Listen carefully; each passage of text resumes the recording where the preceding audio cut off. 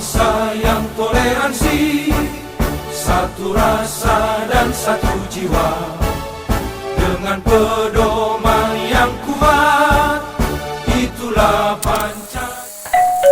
Jadi kita di sini mau mengangkat tentang eksistensi. Eksistensi itu artinya ya keberadaan ormas itu di masyarakat, dan kemudian apa saja sih kontribusi yang sudah dilakukan oleh organisasi masyarakat, dan juga bagaimana kontribusi ini bisa melawan stigma negatif dari orang-orang masyarakat terhadap organisasi yang didirikan. Nah, ini ada poinnya adalah kesamaan aspirasi, kehendak, kebutuhan, kepentingan, kegiatan, dan tujuan berpartisipasi dalam pembangunan. Nah, di sini PBB ini apakah aspirasi, kehendak, kebutuhan, kepentingan, kegiatan, dan tujuannya sudah sama? Gimana? Pasti udah sama.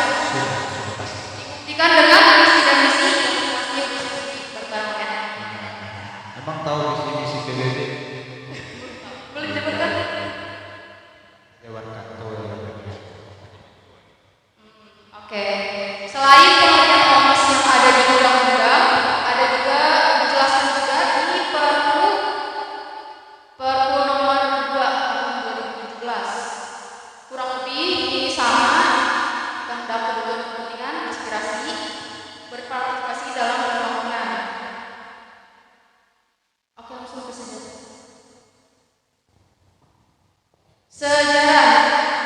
Kalau sebelum pasca kemerdekaan, organisasi itu belum secara eksplisit, secara jelas disebut ormas gitu ya.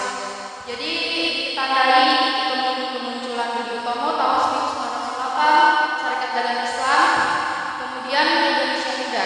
Kenapa bisa disebut organisasi masyarakat juga? Karena kan ada aspirasi, kehendak, tujuan, mereka sama, jadi berkumpul dalam satu organisasi, meskipun mereka mungkin nggak menyebut mereka organisasi masyarakat. Kemudian pas Orde Baru di sini, jadi sejarahnya itu kenapa diganti? Karena setelah reformasi tahun 1998 dianggap sudah nggak relevan lagi. Jadi maka dari itu dibentuklah RUU Ormas. Apa sih yang melandasi itu? Kita ini bisa mendirikan ormas. Di sini ada pasal 28E ayat 3 Undang-Undang 1945. Jadi itu undang-undang paling dasar. Kalau dalam hierarki itu Undang-Undang 1945 ini paling dasar. Di sini yang disebutkan setiap orang berhak atas kebebasan berserikat, kemudian berkumpul dan mengeluarkan pendapat. Kemudian perlindungan hukumnya diatur di mana?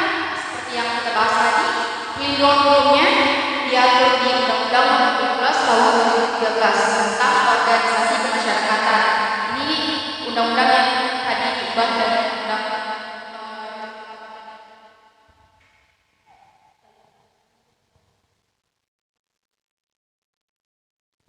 Kenapa bisa disebut tadi undang-undang itu merupakan perlindungan hukum buat organisasi masyarakat? Di sini ada yang ya organisasi masyarakat itu berhak. Di sini ada yang paling jelas itu yang mendapatkan perlindungan hukum terhadap keberadaan dan kegiatan organisasi. Ini ada di mana? Ada di pasal 20 Undang-Undang 17 tahun 2013. Jadi kalau ormas ini berhak mengatur pengurus rumah tangga organisasi dan lain-lain di sana, terutama yang perlindungan hukum ini. Jadi Anda tadi Bapak ini nggak perlu takut gitu, karena kan kebebasan berpendapatnya dijamin oleh undang-undang, kemudian dilindungi juga oleh undang-undang. Bentuk ormas ya, kalau misalkan ormas ada yang berbadan hukum, ada yang tidak berbadan hukum. Berbadan hukum ini ada perkumpulan, ada yayasan. Perkumpulan kalau yang basisnya anggota, kalau yayasan ya sebaliknya. Kalau saya baca persatuan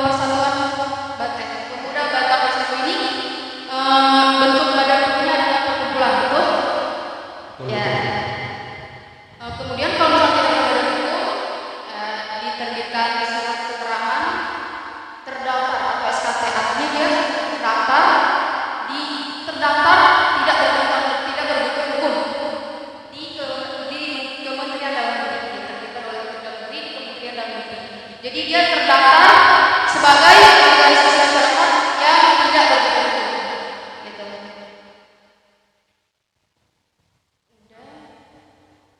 Oke.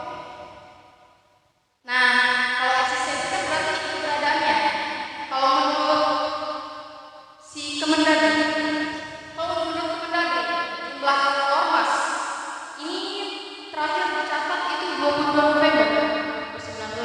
Sejauh yang kami cari di track kita ada 421.455 ormas. Ini hampir 2 tahun ya. Oke, berarti kemungkinan lebih banyak dari ini keberadaan ormas itu, dan ini juga terdiri dari yang beryayasan, yang berkumpulan, yang berbentuk tidak berbadan hukum. Jumlahnya segini, bisa dibayangkan sebanyak apa.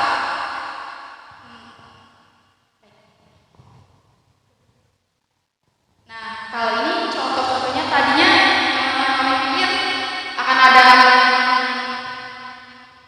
komunitas lain gitu selain itu. Kita tadinya mau kasih tahu beberapa contoh ormas di Indonesia.